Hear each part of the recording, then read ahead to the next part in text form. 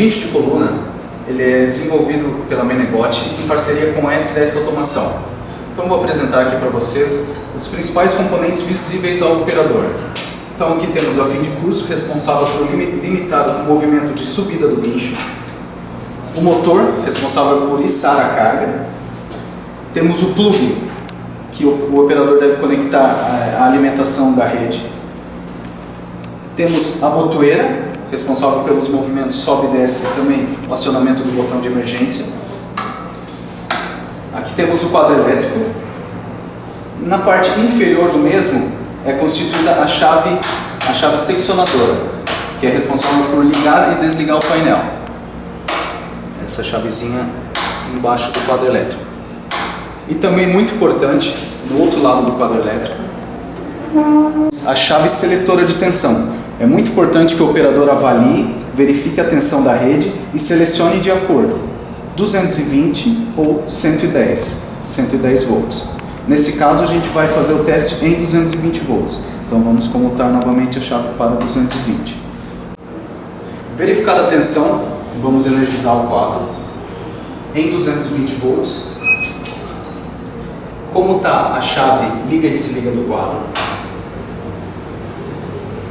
Iniciar os movimentos de descida e de subida do guincho.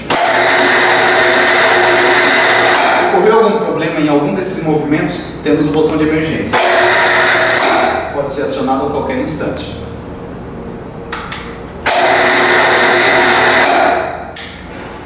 Acionado o mesmo, nenhum movimento é possível. Lembrando, a fim de curso é responsável por limitar o movimento de subida. A gente pode observar agora. Impossível acionar o guincho para cima.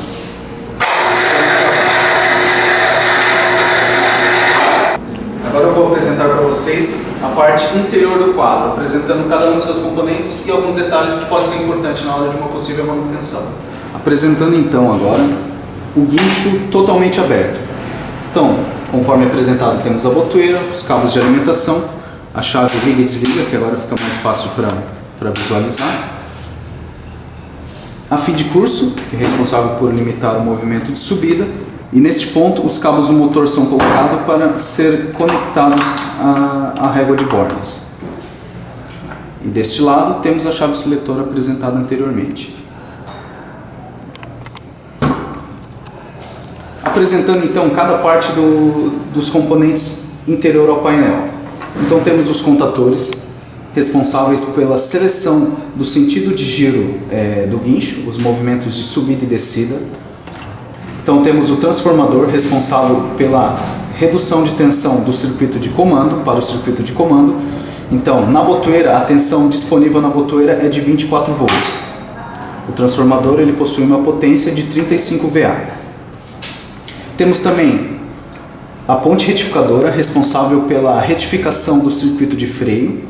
Temos o conjunto chave de partida e o capacitor, lembrando que o motor do guincho é um motor monofásico, então é necessário ter este conjunto para o acionamento do mesmo. Então eles são responsáveis para dar a partida inicial no motor monofásico.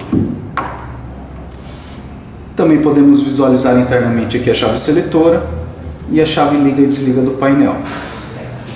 Então é importante, principalmente para o pessoal que está em campo, que não tenha talvez um conhecimento técnico muito avançado, então talvez seja interessante passar para vocês alguns macetes que podem ser muito úteis num caso de uma possível manutenção.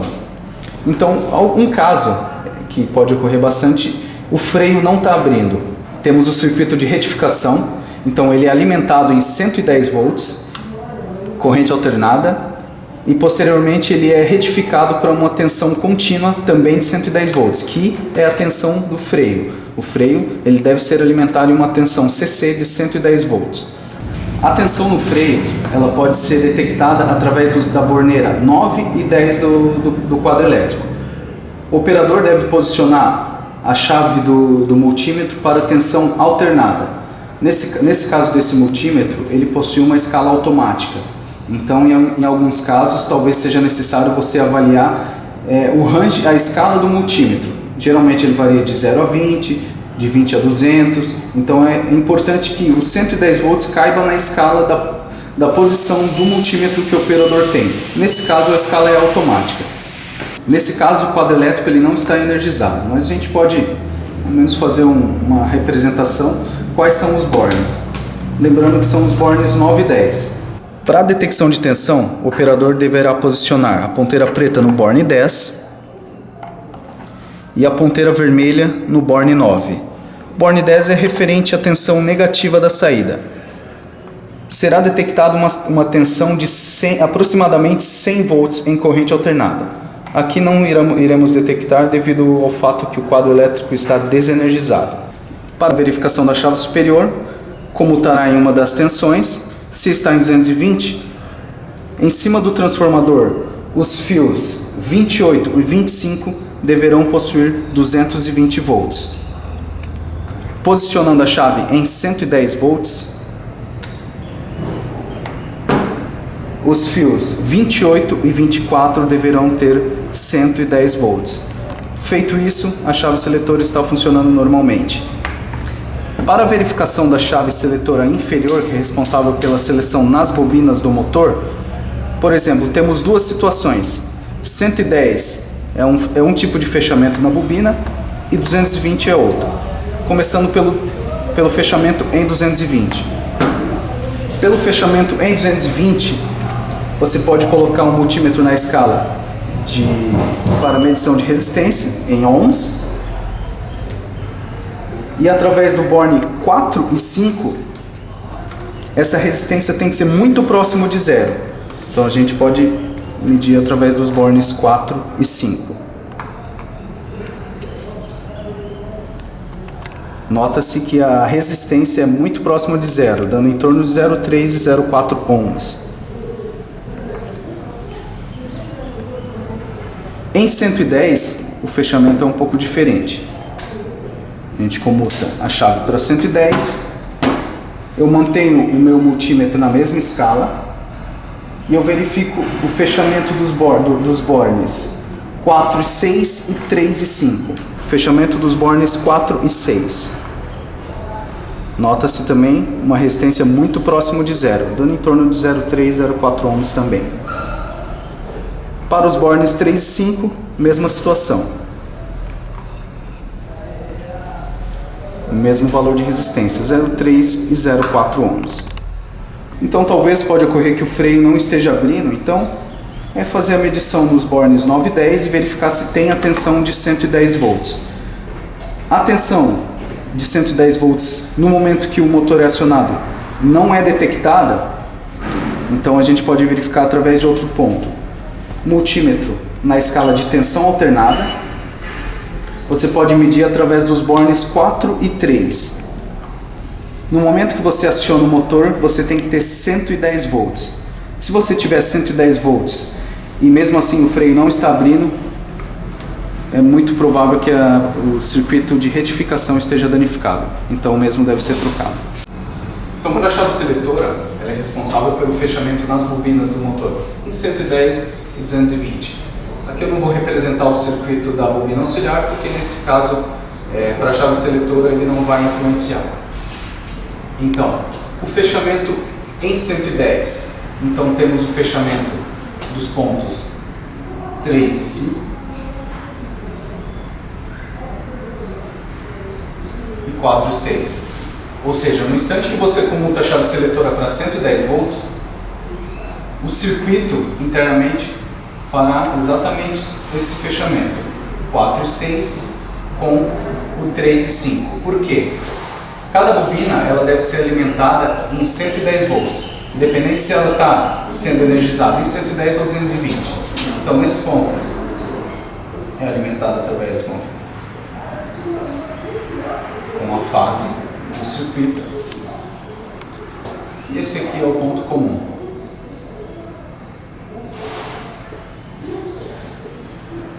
Ou seja, independente das bobinas, eu sempre vou ter 110 volts.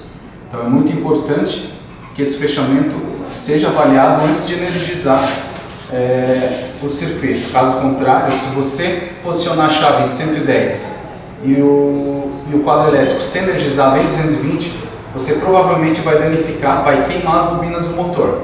Por quê? Porque você vai estar alimentando cada uma das bobinas em 220 volts, ou seja, incorretamente. Para o circuito em 220, o fechamento é um pouco diferente. Por quê? Porque cada bobina, conforme eu já havia mencionado, deve ser alimentada em 110 volts. Então o fechamento deve ser um fechamento em série, né? Esse fechamento aqui é um fechamento em paralelo. Nesse caso, um fechamento em série. Então, o fechamento se dará através dos pontos 3 e 5. Posteriormente, aqui teremos fase e aqui o comum. Nota-se que aqui temos um circuito em série, ou seja, teremos 220 entre fase e o meu ponto comum. Porém, cada uma das bobinas ainda assim estará sendo submetida a uma tensão de 110 volts. Então é importante o fechamento da chave seletora, observar a rede de alimentação para que não venha danificar o motor. Então talvez é interessante avaliar a questão da chave seletora através daquelas medições que eu já havia mencionado. Caso contrário, você não tem a chave seletora e precisa utilizar o guincho, então, se você alimentar em 220, fazer o fechamento entre o fio 3 e 5, você consegue trabalhar com o motor. Mesma coisa em 110. Fazendo o fechamento entre o 3 e 5 e 4 e 6, você também consegue trabalhar com o motor mesmo sem a chave seletora. Então é muito cuidado avaliar a tensão que o quadro está sendo submetido. Aí sim você pode estar fazendo esse fechamento externamente.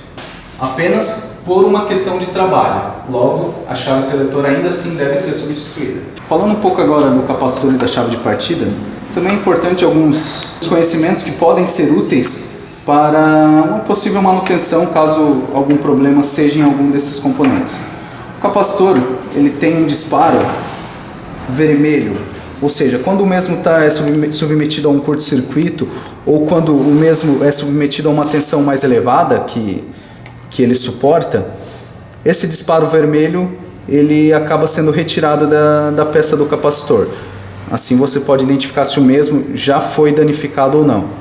Outro ponto que a gente pode verificar é verificar a capacitância do mesmo. O multímetro ele deve ter escala para miliampere, então a ponteira vermelha deve ser modificada para poder medir a capacitância do mesmo. Então, modificando a ponteira. E ele deve ser posicionado na escala de capacitância. Nesse caso temos um capacitor de 270 a 324 microfarad. Então vamos posicionar aqui para cerca de 400 microfarad. Nesse caso a nossa medição não vai ser exata. Por quê? Porque eu tenho um resistor em paralelo. Então esse resistor vai influenciar diretamente na minha medição. O resistor ele é responsável pelo descarregamento do capacitor, limitando ou não o número de partidas por hora que o guincho de coluna pode ser submetido. Posicionando então o multímetro para a escala de microfarads, nesse caso 400, a gente pode medir o mesmo. Nesse caso a posição da ponteira é irrelevante. O valor do mesmo deve ficar em torno de 180 a 230 microfarads. Um valor variável, né? Nesse caso, esse aqui deu em torno de 216,4. Nota-se que não é o mesmo valor ilustrado na carcaça do capacitor. Por quê? Como eu já havia mencionado, o resistor influencia diretamente na minha medição. Porém, estando o mesmo nessa faixa de medida de 180 a 230 microfarads, o mesmo ainda está bom para ser utilizado. Falando um pouco da chave de partida AC4, então alguns detalhes também podem ser importantes na hora de uma possível manutenção. O motor está abrindo o freio, mas o mesmo não está partindo. Você observa que o mesmo está trancando. O freio abre, você escuta o freio acionar, mas você não observa o movimento de subida e descida do guincho. Então o que você pode fazer? Medir a tensão em cima da chave seletora. Quais são os bornes? Para o movimento de subida você vai posicionar, independente das cores, entre o borne 7 e o fio 27 do guincho. Quando você medir, essa tensão vai variar aproximadamente em torno de 180 volts. Essa medição ela é errônea porque o guincho está desenergizado. Para o movimento de descida, você pode manter a ponteira nessa posição, no fio 27, e você posiciona a outra ponteira no borne 8. Quando você acionar o guincho para descer, você tem que observar uma tensão de 180 volts. Se em algum dos movimentos não houver tensão entre borne 27.7 e 27.8, a chave de partida ela está danificada e deve ser substituída. Então, falando um pouco mais do quadro elétrico, então temos régua de borne para conexão do motor, termostato, alimentação, botoeira e também a fim de curso. Falando um pouco também do comando, então, como eu já havia mencionado, o comando é em 24 volts em corrente alternada. Então, identificando se talvez algum dos contatores não estão danificados, acionei o botão de sobe, o contator não está atracando. Ao acionar o botão, mede se chega a 24 nas bobinas do mesmo. Se chegar a 24, aí é necessário abrir a botoeira, ver se não há nenhum fio desconectado. Isso também vale para o movimento de descida. Se você acionar o botão e o contator não está atracando, abra a botoeira e avalie e vê se não há nenhum fio desconectado ou se ele não está travado mecanicamente. Isso é importante. Então, avaliando, talvez nenhum dos movimentos estejam funcionando, então é importante só avaliar, ver se o botão de emergência não está acionado. Girando mesmo no sentido horário, ele é destravado. Aí os movimentos de subida e descida são habilitados. Pressionando mesmo, nenhum movimento mais é possível. Para voltar a funcionar o guincho, basta girá-lo no sentido horário novamente.